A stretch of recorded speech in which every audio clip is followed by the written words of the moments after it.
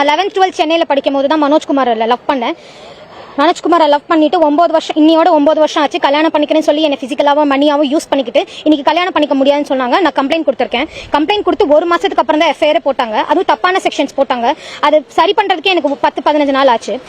FIR போட்டு கோர்ட்லயும் submit பண்ணல, அரெஸ்டும் பண்ணல.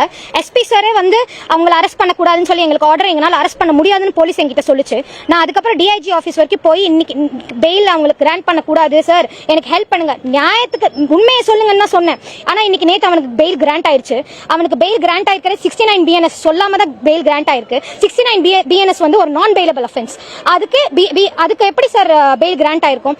இன்ன வரைக்கும் எனக்கு போலீஸ் எந்த உதவியும் பண்ணல, எந்த ஆக்ஷனும் எடுக்கல. எனக்கு அவங்க மேல ஆக்ஷன் எடுக்கணும்.